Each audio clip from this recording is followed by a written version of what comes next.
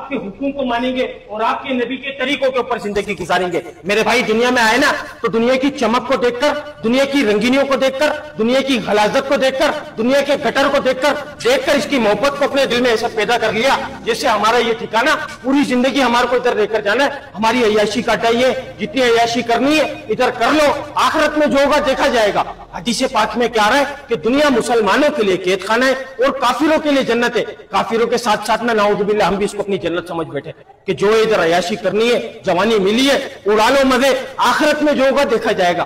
میرے بھائی بہت بڑی زندگی آنے والی ہے, بہت بڑی پکڑ آنے والی ہے, اس کی پکڑ سے ڈر جاؤ, اللہ کے حکم پر آ جاؤ, نبی کے طریقوں سے پورے کرنے والے بن جاؤ.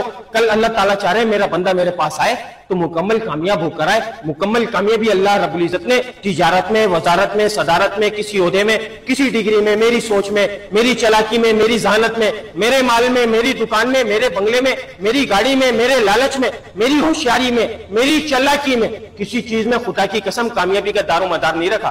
کامیابی کا جو دار و مدار رکھا وہ حضور پاک صلی اللہ علیہ وسلم کے مبارک طریقوں میں رکھا, مبارک اعمالوں میں رکھا. جو اس کے اوپر زندگی گزارے گا, خدا کی قسم, خدا کی قسم, خدا کی قسم, صرف وہ شخص, وہ انسان کامیاب ہوگا جو اس سے ہٹ کر زندگی گزارے گا. دنیا میں بھی ناکام, ذلیل, برباد, خوار ہوگا, آخرت میں بھی ناکام ہو جائے گا. میرے بھائی کلمہ پڑھنے کے بعد جو اللہ کا سب سے بڑا حکم جو نازل ہوا نا, ابھی نازل ہو رہا ہے. میرے بھائی حی علی الصلاۃ, حی علی الفلاح, آؤ نماز کی طرف, آؤ کامیابی کی طرف. دعوت دے رہے نا, ہے اللہ کا حکم آ رہا ہے, لیکن کیا میرا کام ضروری ہے؟ نعوذ باللہ اللہ کے حکم کے ہم نافرمانی کر رہے. میرے بھائی ہم نافرمان بن گئے. اس اللہ نے جس نے سوچنے کی صلاحیت دی, دیکھنے کی صلاحیت دی, بولنے کی صلاحیت دی, ہاتھ سے استعمال کرنے کی صلاحیت دی, پاؤں سے چلنے کی صلاحیت دی. میرے بھائی اس اللہ کے حکم کی نافرمانی کر رہے ہیں آج ہم لوگ. اس اللہ نے پورا کا پورا نظام بنا کر, کائنات کا دولہا بنا کر بھیجا, اشرف المخلوقات بنا کر بھیجا. وہ اللہ صرف یہ چاہ رہا ہے کہ میرا بندہ کامیاب ہو کر آ جائے, میرے پاس کامیاب ہو کر آ جائے. کامیابی مال میں نہیں رکھی, بار بار یہی بات بولوں گا, اور یہی بات ہے 100% پکی ٹھکی بات ہے. خدا کی قسم کامیابی مال میں نہیں ہے, کامیابی مال میں نہیں ہے, کامیابی مال میں نہیں ہے. اگر کامیابی مال میں ہوتی, نمرود, فرعون, قارون, حمان, شداد, یہ وقت کے اتنے بڑے بادشاہ, اللہ تعالیٰ ان لوگوں کو کامیاب کرتا. اگر یہ مال والے تھے اللہ تعالیٰ ان لوگوں کو کامیاب کرتا. کامیابی مال میں نہیں ہے, کامیابی اللہ کے حکم کو نبی کے طریقوں سے پورے کرنے میں. جو اس پر زندگی گزار کر جائے گا, خدا کی قسم صرف وہ انسان کامیاب ہوگا.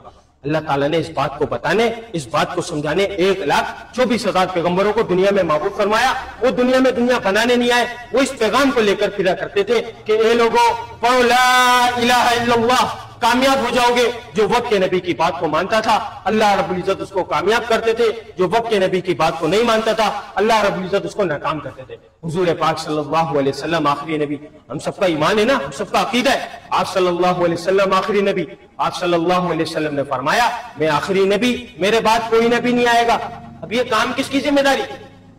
ہمارے باپوں کی ذمہ داری, یا کسی عالم نے نعوذ باللہ اس کام کا ٹھیکہ لیا, یا کسی مفتی نے اس کام کا ٹھیکہ لیا؟ نہیں میرے بھائی, ہر وہ بندہ, ہر وہ شخص, ہر وہ انسان اس بات کا ذمہ دار جس کے سینے میں لا الہ الا اللہ محمد رسول اللہ, وہ اس محنت کا ذمہ دار. وہ باپ کا بیٹا ہوگا لیکن بعد میں ہوگا, ماں کا بیٹا ہوگا لیکن بعد میں ہوگا, بیوی کا شوہر وہ ہوگا لیکن بعد میں ہوگا, گھر چلانے والا وہ ہوگا لیکن بعد میں ہوگا, بچوں کا باپ وہ ہوگا لیکن بعد میں ہوگا. سب سے پہلے وہ اللہ کا بندہ حضور پاک صلی اللہ علیہ وسلم کا امتی, اور اللہ نے جو ذمہ داری لگائی وہ ذمہ داری والا. کیا ذمہ داری لگائی قرآن پاک کے اندر؟ کیا ذمہ داری لگائی قرآن پاک کے اندر ہے؟ کیا ذمہ داری لگائی؟ کیا ذمہ داری اللہ رب العزت نے لگائی؟